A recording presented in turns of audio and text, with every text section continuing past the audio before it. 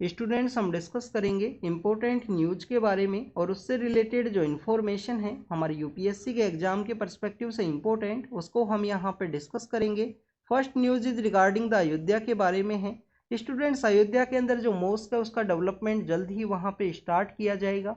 अगर हम वहाँ पे मॉस्क के डेवलपमेंट के बारे में डिस्कस करें तो आप देखिए कि 2019 के समय हमारे सुप्रीम कोर्ट के द्वारा राम जन्मभूमि टेम्पल वर्डिक्ट है उसको पास किया गया था। तो उस वर्डिक्ट के अंदर सुप्रीम कोर्ट के द्वारा जो आर्टिकल 142 है कंप्लीट जस्टिस के रिगार्डिंग में उसको यूज किया गया, जिससे कि बोथ रिलीजियस कम्युनिटीज को जो कंप्लीट जस्टिस है उसको प्रोवाइड किया जा सके। सुप्रीम कोर्ट ने अपने ऑर्डर के अंदर में 5 एकड़ लैंड है उसको अलोकेट करने के बारे में डिस्कस किया था कि मुस्लिम कम्युनिटी को मॉस्क के डेवलपमेंट के रिगार्डिंग में जो 5 एकड़ लैंड है वो गवर्नमेंट के द्वारा अलोकेट किया जाएगा।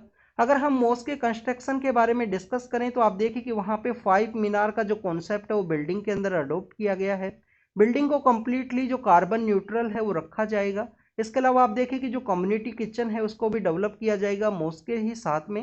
तो स्टूडेंट्स आपको यहाँ पे मीनार का जो कंस्ट्रक्शन है उसके बारे में पता होना चाहिए कि इंडो इस्लामिक आर्किटेक्चर के अंदर आपको one of the important points है जो मीनार का जो कंस्ट्रक्शन है वो देखने के लिए मिलता है। इंडो इस्लामिक आर्किटेक्चर के जो भी एग्जाम्पल्स हैं वहाँ पे स्टूडेंट्स अगर हम अयोध्या का जो लोकेशन है उसके बारे में डिस्कस करें तो सपोज कीजिए कि उत्तर प्रदेश का मैप है, यहाँ पे जो लखनऊ है वो सिचुएटेड है।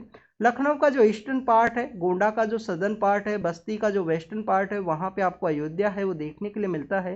कौन सा रिवर है उसके बैंक के ऊपर में सिचुएटेड है, घग्गर रिवर यहाँ से पास होती है। तो आप देखिए कि जो सरयू नदी है, सरयू जो नदी है उसके बैंक के ऊपर में सिचुएटेड है अयोध्या नाम का जो सिटी है, जहाँ पे टेम्पल का जो कंस्ट्रक्शन है वो इनोग्रेट होने वाला है और मॉस्क का जो कंस्ट्रक्शन है वो जल्दी वहाँ पे स्टार्ट होगा। अगर हम मॉस्क के कंस्ट्रक्शन के रिगार्डिंग में जो इंस्टीट्यूशन है उसके बारे में डिस्कस करें तो आप देखिए कि इंडो इस्लामिक कल्चरल फोरम जो ट्रस्ट है वो बनाया गया था जजमेंट के बाद में। तो Indo Islamic cultural forum trust के द्वारा वहाँ पे जो मॉस्क का जो कंस्ट्रक्शन है उसको ओवरव्यू किया जाएगा। नेक्स्ट अगर हम बात करें स्टूडेंट जनरल इलेक्शन के परस्पेक्टिव से जो पॉलिटिकल पार्टीज का एक ग्रुप है वो क्रिएट हुआ था जिसको हम इंडिया के रूप से जानते हैं। तो उसके एक नए चेयरपर्सन है, नए कन्वेनर है, उनको यहाँ पे चूज किया गया है पॉलिटिकल जो पार्टीज हैं उनके द्वारा। स्टूडेंट्स वहाँ पे कंट्रोवर्सी भी है वो क्रिएट हुआ था इंडिया और भारत का वहाँ पे। तो आप देखिए कि हमारे जो कॉन्स्टिट्यूशन के जो 4 फादर्स हैं उनके द्वारा इंडिया और भारत जो बोथ नेम्स है उनको यूज किया गया है हमारे जो आर्टिकल 1 है उसके अंदर में, क्योंकि दोनों ही जो मॉडर्न नेम है और एंशियंट नेम है दोनों को ही वहाँ पे यूज किया गया कॉन्स्टिट्यूशन के फ्रेमर्स के द्वारा। Next is regarding the Delhi के जो चीफ मिनिस्टर हैं उनको ईडी के द्वारा सम्मन किया गया। उनके द्वारा ईडी का जो सम्मन है उसको कंप्लीटली जो एक्सेप्ट है नहीं किया गया है। 4 टाइम्स यहाँ पे जो सम्मन को उनके द्वारा स्किप किया गया तो उसी के बारे में बताया गया है।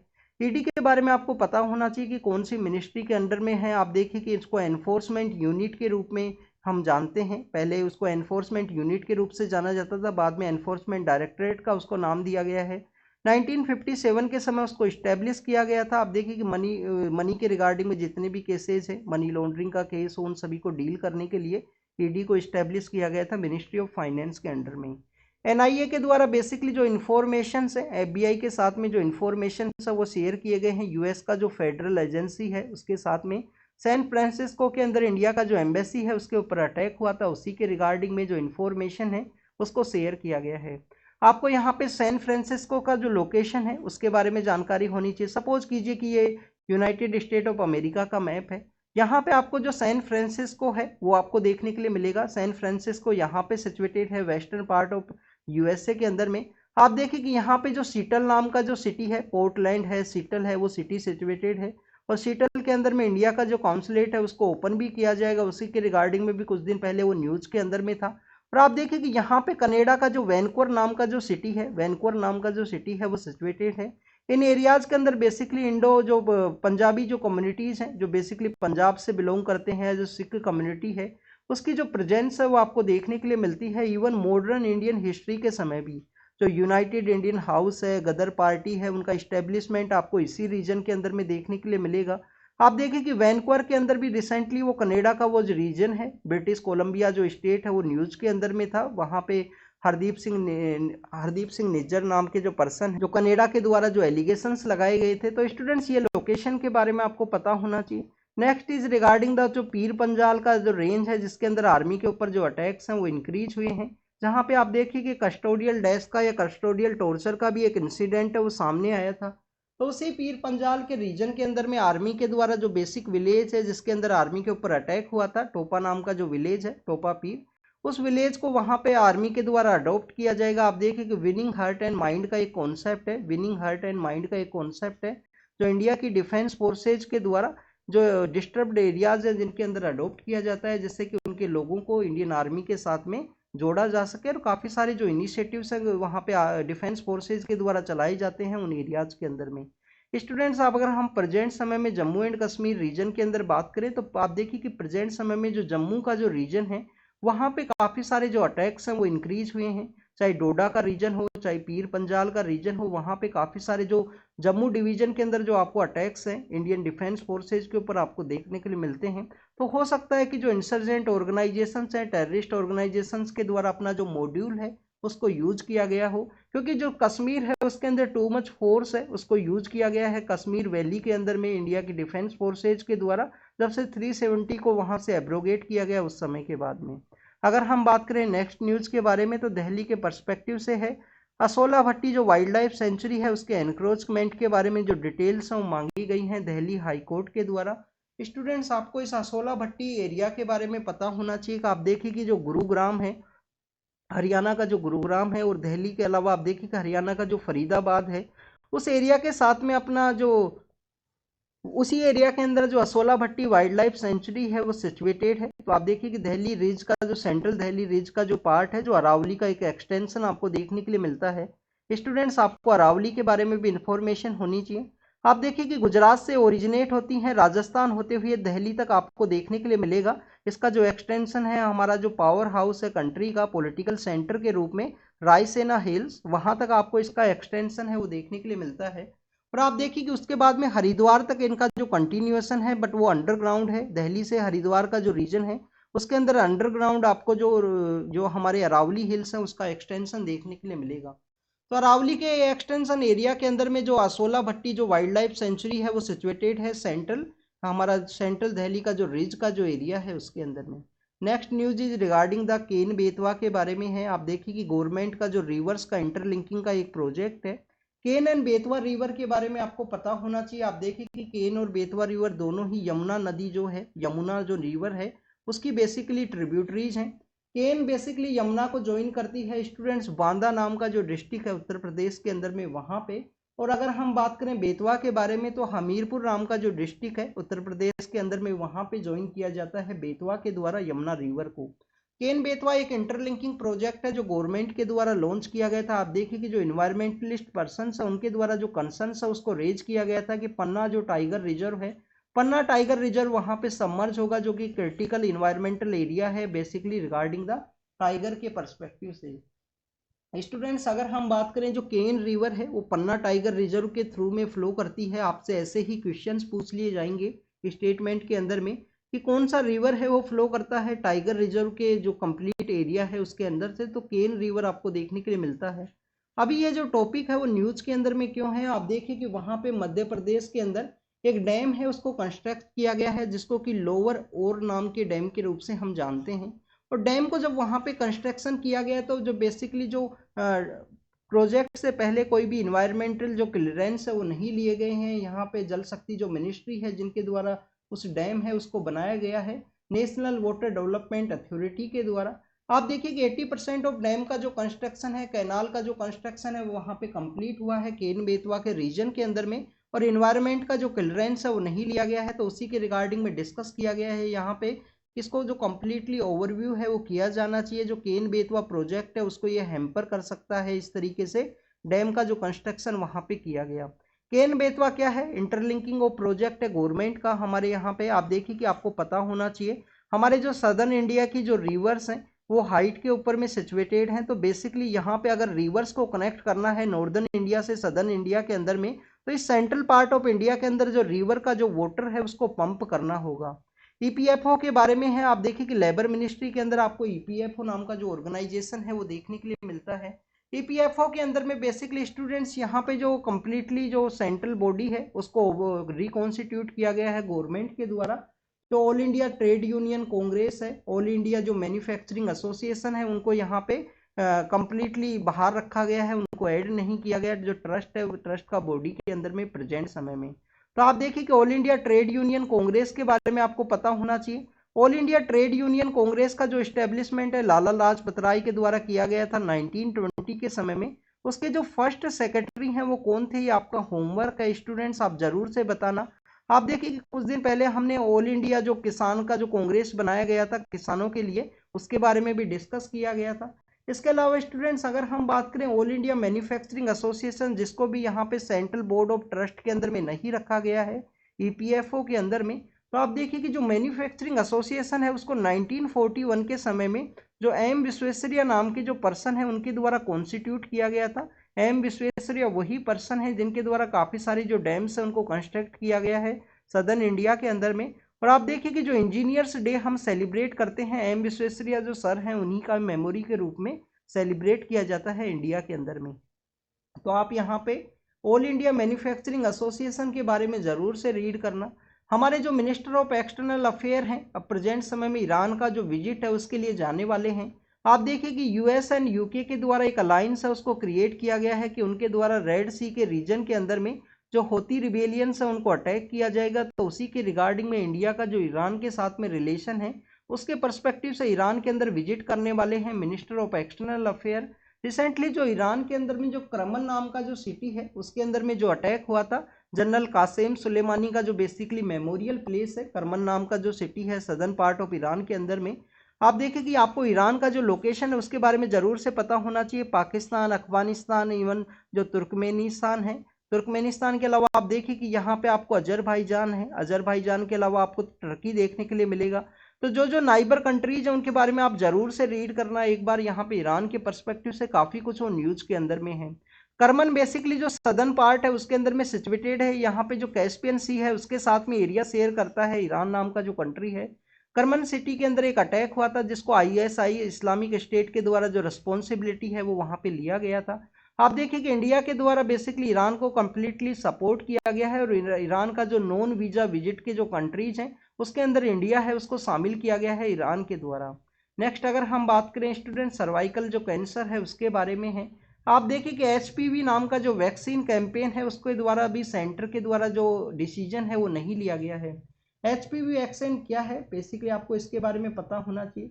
ह्यूमन पीपिल, आपको जो ह्यूमन पिपिलोमा जो वायरस है वो वैक्सीन का बेसिकली ये नेम है ह्यूमन पेपिलोमा जो वायरस है। इस वैक्सीन कैंपेन है उसको गर्ल्स के रिगार्डिंग में जल्द ही स्टार्ट किया जाएगा, ऐसा हमारा जो सेंट्रल गवर्नमेंट है उसका गाइडलाइन है। आप अगर हम इस वैक्सीन के बारे में डिस्कस करें तो सर्वाइकल कैंसर है जिसका वन शॉट के अंदर ही इस वैक्सीन का जो एक वैक्सीनेशन शॉट के द्वारा ही सर्वाइकल कैंसर को बेसिकली 80% तक जो उसका जो डेंजर सिचुएशन है उसको एलिमिनेट किया जा सकता है। स्टूडेंट्स आपको सर्वाइकल कैंसर के बारे में पता होना चाहिए कि cervical cancer fourth most common cancer है जो वुमेन्स के अंदर में आपको देखने के लिए मिलता है। और इंडिया का एक लार्जेस्ट प्रोपोर्शन है इस कैंसर का कंट्रीब्यूशन के रिगार्डिंग में। 2006 के समय इस वैक्सीन का जो यहाँ पे वैक्सीनेशन प्रोग्राम है सर्वाइकल कैंसर के रिगार्डिंग में वो स्टार्ट किया गया था। स्टूडेंट्स अगर हम बात करें यहाँ पे एक पाथ नाम का एक ऑर्गेनाइजेशन है जिसको कि programme for appropriate technical in the health के पर्सपेक्टिव से हम जानते हैं। उनके द्वारा 2013 के समय जब इस वैक्सीनेशन प्रोग्राम को स्टार्ट किया गया तो आप देखिए कि कुछ वहाँ पे गर्ल्स का जो डेथ का जो न्यूज़ है वो सामने आया था। आंध्र प्रदेश के अंदर आप देखिए खम्मन नाम का एक डिस्ट्रिक्ट है वहाँ पे। तो उसी के रिगार्डिंग में पीपल्स के द्वारा इसको ब्लैकलिस्ट किया गया, कंप्लीटली जो कंसर्न्स है उनको रेज किया गया था। उसके बाद में यहाँ पे वैक्सीनेशन प्रोग्राम है उसको स्टॉप किया गया था। अगर हम पाथ नाम के ऑर्गेनाइजेशन के बारे में डिस्कस करें तो आप देखिए कि उनको बेसिकली कंप्लीटली एक विंडफॉल प्रॉफिट है। इंडिया का जो काफ़ी सारा पॉपुलेशन है वो उसको वहाँ पे एक लार्ज मार्केट है वो अवेलेबल हुआ था। तो उसके रिगार्डिंग में वैक्सीनेशन के काफ़ी कुछ कंसर्न्स हैं 2013 के समय वहाँ पे सामने आए थे। सर्वाइकल कैंसर के रिगार्डिंग में एचपीवी जो वैक्सीनेशन कैंपेन है उसके बारे में आपको इन्फॉर्मेशन होनी चाहिए। Next is regarding the Vadnagar के बारे में है। स्टूडेंट्स वडनगर के बारे में यहाँ पे डिस्कस किया गया है डार्क एज के पर्सपेक्टिव से। वडनगर के अंदर जो ओल्डेस्ट लिविंग सिटीज हैं उनके जो एविडेंस है वो वहाँ पे मिले हैं। मल्टी इंस्टीट्यूशंस का जो स्टडी है उसके अंदर में सामने आया है। डार्क एज को कम्प्लीटली एक मिथ है उसके रूप से बताया गया है। आपको डार्क एज के पर्सपेक्टिव से इंपॉर्टेंट इन्फॉर्मेशन होनी चाहिए। डार्क एज क्या है students? Period between the Indus valley civilisation का जो कोलैप्स हुआ और आयरन एज का जो वहाँ पे आयरन एज का जो बेसिकली इमरजेंस होता है, जिसके अंदर गंधार है, कौशल है, अवंती नाम का जो सिटी है वो डेवलप हुआ, उसको एक डार्क एज का जो एरा है वो बताया गया है। तो यहाँ पे स्टडी के अंदर में सामने आया कि डार्क एज बेसिकली एक मिथ है, और वडनगर के अंदर में जो बेसिकली सिविलाइजेशंस का जो डेवलपमेंट है वो आपको एंशियंट समय के अंदर देखने के लिए मिलता है। वहाँ पे काफ़ी सारी सिविलाइजेशंस है जो 800 BC का जो समय है, लेटर वैदिक पीरियड, उस समय से वहाँ पे डेवलपमेंट, जिस समय में प्री बुद्धिस्ट जो महाजनपद है उनका डेवलपमेंट आपको देखने के लिए मिलेगा। वडनगर के अंदर अगर हम बात करें, ये एक डिजिटल म्यूजियम है, उसको भी बनाना है। वडनगर सिटी आप देखिए कि बुद्धिस्ट, जैन और आपको हिंदुइज्म एंड इस्लामिक जो आर्किटेक्चर है उसके एविडेंस भी आपको देखने के लिए मिलते हैं। 7 जो कल्चरल स्टेज पीरियड है, जिसके अंदर ओल्डेस्ट बुद्धिस्ट जो मोनेस्ट्री है उसका भी अवेलेबिलिटी है वो पाया गया है वडनगर के ही पर्सपेक्टिव से। वडनगर के ही आसपास के एरिया के बारे में अगर हम डिस्कस करें तो आप देखिए कि रॉक इंस्क्रिप्शन है, एम्परर अशोक का जो सुदर्शना लेक है, गिरनार हिल्स का रीजन, वहाँ पे रॉक इंस्क्रिप्शन है वो भी पाया गया है। अशोका के जो इंस्क्रिप्शन है उसको किसके द्वारा डेसिफर किया गया था, ये आपका होमवर्क है। अशोक के जो इंस्क्रिप्शन है उसको किसी के द्वारा डेसिफर किया गया था, इसके बारे में आप कमेंट सेक्शन के अंदर बताना। आप देखिए कि मिनिस्ट्री ऑफ टूरिज्म के द्वारा यहाँ पे टूरिज्म के नए नए एरियाज हैं जिनको टूरिज्म के पर्सपेक्टिव से डेवलप करने के बारे में डिस्कस किया गया है, जिसके अंदर सुल्तानपुर नेशनल पार्क है, कुरुक्षेत्र का रीजन है, विशाखापट्टनम का जो रीजन है उसको मिनिस्ट्री ऑफ टूरिज्म के द्वारा नए जो डेस्टिनेशन है उसके रूप में ओपन करने के बारे में कहा गया है। Next is regarding the China के जो प्राइमेट्स हैं उनके बारे में है। आप देखिए कि चाइना के अंदर एक प्राइमेट है वो पाया जाता था 2 बिलियन ईयर से लेकर 330 जो 1000 ईयर का जो समय है, उस समय में एक ग्रेट ऐप है वो वहाँ पे पाया जाता था, जिसका 3 मीटर आपको हाइट देखने के लिए मिलता है। 200 से लेकर 300 किलो उसका जो वजन है वो आपको देखने के लिए मिलेगा। One of the largest primate है उस अर्थ के ऊपर में, बट यहाँ पे बताया गया कि उन प्राइमेट्स का बेसिकली वो क्यों यहाँ पे डिसअपियर हुए हैं, तो उसके बारे में आपको इन्फॉर्मेशन होनी चाहिए कि जो इन्वायरमेंट है, इन्वायरमेंट का वहाँ पे चेंज हुआ और उनके द्वारा जो अडोप्शन प्रोसेस है उसको अडोप्ट नहीं किया गया, इसकी वजह से उनका जो यहाँ पे डिसअपियरेंस है उसके बारे में डिस्कस किया गया है कि one of the largest primates adoption process को अडोप्ट ना करने की वजह से वो वहाँ पे डिसअपियर हुए हैं चाइना के अंदर में। स्टूडेंट्स, अडोप्शन प्रोसेस के बारे में ही यहाँ पे बताया गया है आर्कटिक रीजन के अंदर में। आप देखिए कि जो आर्कटिक की जो सील्स हैं उनके द्वारा बेसिकली वहाँ पे अपने आप को वार्म रखने के परस्पेक्टिव से अडोप्ट नया जो टेक्निक है उसको अडोप्ट किया जाता है कि जिससे कम से कम उनका जो हीट है वो यहाँ पे एग्जिट करे, कम से मैक्सिमम जो हीट है उसको वो रिटेन कर सके, या मॉइस्चर है उसको भी वो गेन किया जा सके यहाँ पे आर्कटिक सील्स के द्वारा। तो उसी का जो स्टडी है उसके बारे में बताया गया है। अडोप्शन प्रोसेस के थ्रू ही अपने आप को जो गर्म है वो रखने के लिए उस कोल्ड एरिया के अंदर में उनके द्वारा जो कम से कम जो हीट है उसको यहाँ पे एक्सेल किया जाता है, एग्जिट किया जाता है उनके द्वारा। स्टूडेंट, कोविड के रिगार्डिंग में जो स्टडी है वो सामने आया है, जिसके अंदर बताया गया कि कोविड के अंदर में लॉन्ग अगर किसी को कोविड हुआ है तो उसको फटीग है, शॉर्टनेस ऑफ ब्रेथ है, इसके अलावा आप देखिए कि ब्रेन फॉग है, ये सब सामने आया। इससे पहले भी लॉन्ग कोविड के बारे में काफ़ी सारी जो स्टडीज है उनको कैरी आउट किया गया था, जैसे कि हाइपोक्सिया, जिसके अंदर टिनी ब्लड वेसल्स हैं वो ब्लॉक करती हैं, उसके बारे में डिस्कस किया गया था। आप देखिए कि यहाँ पे जो प्रॉपरली जो एनर्जी है वो रिसीव नहीं हो रही है, जो माइट्रोकॉन्ड्रिया है, हमारा जो सेल प्रोसेस है उसके अंदर जो माइट्रोकॉन्ड्रिया है जिसको कि हम पावर हाउस ऑफ सेल के रूप से जानते हैं, तो उसका जो कंप्लीट एनर्जी है वो रिसीव नहीं हो रहा है, उसी के बारे में यहाँ पे डिस्कस किया गया कि ऐसा देखने के लिए मिला है। नेक्स्ट इज अबाउट द डिजी यात्रा कॉन्सेप्ट के बारे में है। आप देखिए कि डिजी यात्रा क्या है, एक डिजिटल प्रोसेसिंग ऑफ पैसेंजर्स का एक डिजिटल प्रोसेसिंग की है, जिसके अंदर पेपरलेस सीमलेस मूवमेंट है वो देखने के लिए मिलेगा। 2014 के समय गवर्नमेंट के द्वारा इसको स्टार्ट किया गया था एक वॉलेंट्री बेसिस के ऊपर में। 2022 के समय आप देखिए कि वॉलेंट्री बेसिस आपको पता होना चाहिए, इनिशियल वॉलेंट्री बेसिस पे था। 2022 के समय 3 एयरपोर्ट्स है जहां पे इसका एनरोलमेंट किया गया, और आप देखिए कि 2023 के समय में यहाँ पे 13 एयरपोर्ट्स हैं जिनको कि डिजी यात्रा कॉन्सेप्ट के अंदर में एनरोल किया गया है। आने वाले समय में जो एयरपोर्ट्स का जो संख्या है उसको 24-25 के आसपास किया जाएगा 2024 के समय में। आप देखिए कि अभी दिसंबर का जो मंथ था, जो हॉलीडे एक मंथ है, कंप्लीटली जो ईयर का जो एंड हो रहा है, उस समय में काफ़ी सारे सिविलियन पर्सनस के द्वारा जो कंसर्न्स है उनको रेज किया गया था कि उनका बिना परमिशन के रिगार्डिंग में यहाँ पे डिजी यात्रा के थ्रू उनका जो पर्सनल इंफॉर्मेशन है उसको गेन किया गया है।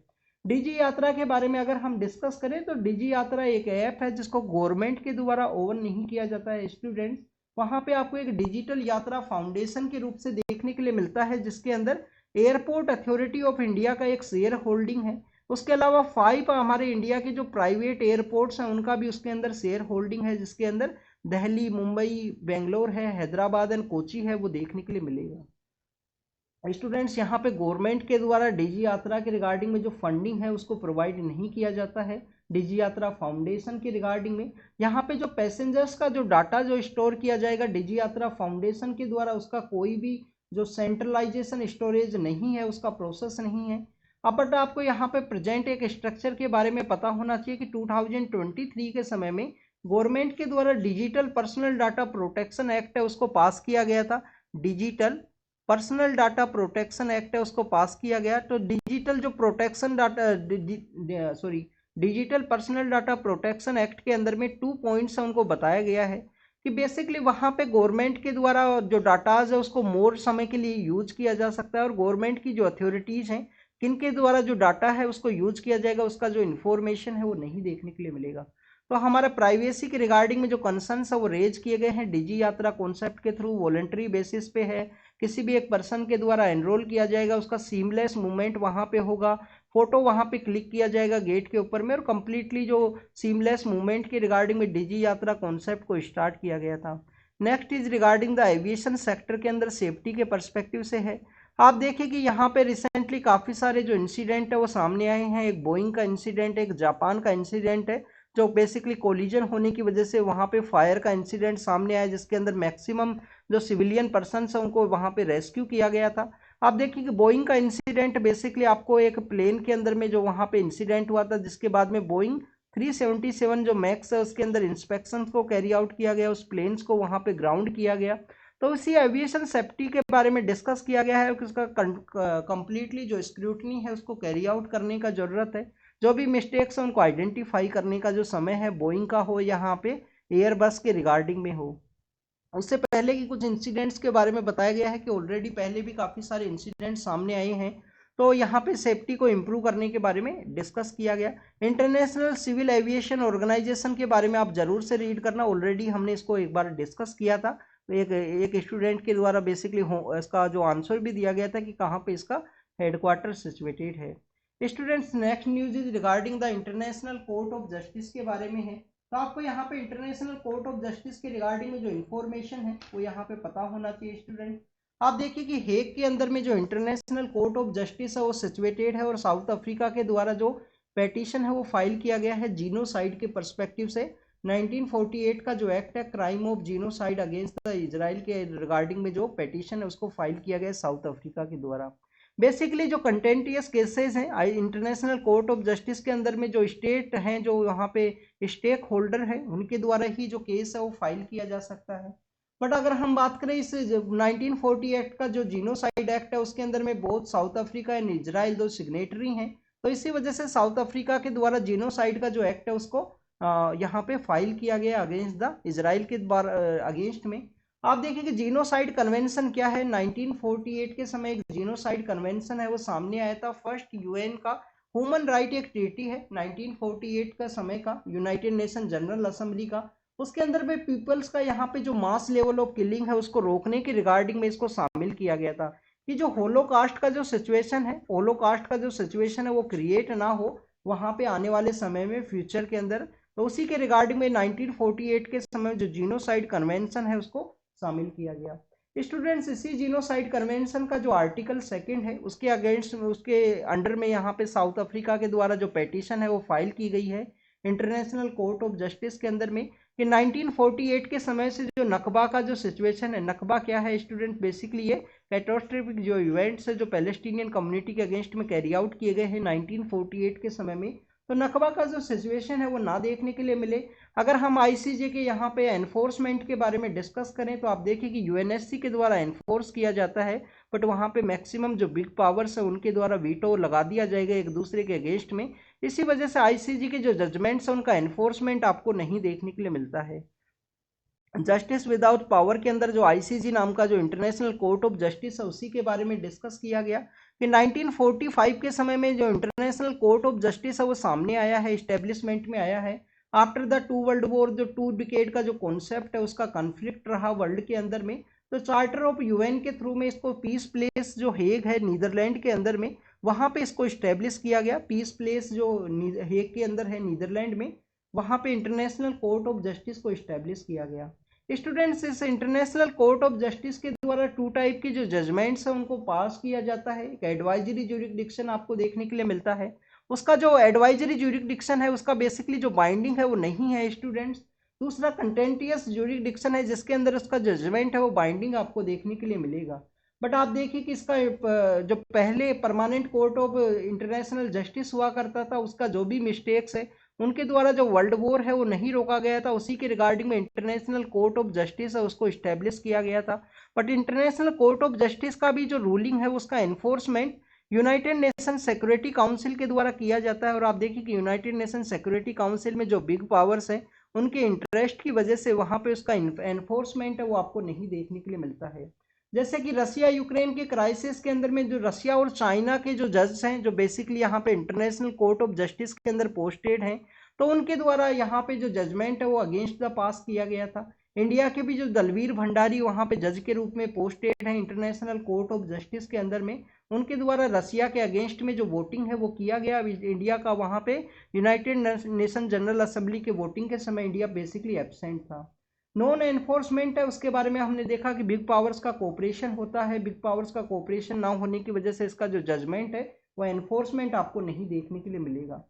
एक आपको टाइम कंज्यूमिंग जजमेंट भी देखने के लिए मिलता है इंटरनेशनल कोर्ट ऑफ जस्टिस का, जैसे कि गैम्बिया के द्वारा म्यांमार के अगेंस्ट में जो पेटिशन है उसको फाइल किया गया था। आप देखिए उसका जजमेंट भी काफ़ी दिनों के अंदर में सामने आया था। इसके अलावा क्रोएशिया और सर्बिया का जो जजमेंट है, क्रोएशिया एंड सर्बिया का, उसका भी आपको डिकेड ओल्ड टाइम है वो देखने के लिए मिलता है कि उसके रिगार्डिंग में इंटरनेशनल कोर्ट ऑफ जस्टिस के द्वारा जो जजमेंट है उसको पास किया गया।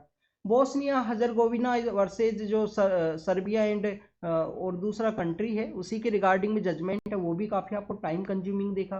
क्या यहाँ पे कुछ मनी है जो यहाँ पे जो कोई जजमेंट है उनका एनफोर्समेंट आपको देखने के लिए मिलेगा? तो आप देखिए कि democratic Republic of Congo versus Uganda का एक केस है जिसके अंदर युगांडा के द्वारा कुछ मनी है उसके पेमेंट के बारे में डिस्कस किया गया था। और आप देखेंगे मनी को पे किया गया वहाँ पे युगांडा के द्वारा डेमोक्रेटिक रिपब्लिक ऑफ कॉन्गो को एक इंस्टॉलमेंट पे की गई है उसी के रिगार्डिंग में आईसीजे के जजमेंट के परस्पेक्टिव से। नेक्स्ट अगर हम बात करें भूटान के न्यू पॉलिटिकल पर्सन हैं उनके बारे में है जिनको कि हम सेरिंग टोब्गो के नाम से जानते हैं। स्टूडेंट्स आपको यहाँ पे पता होना चाहिए कि सेकेंड टाइम जो पावर है वो गेन की है इलेक्शन प्रोसेस के थ्रू इनके द्वारा।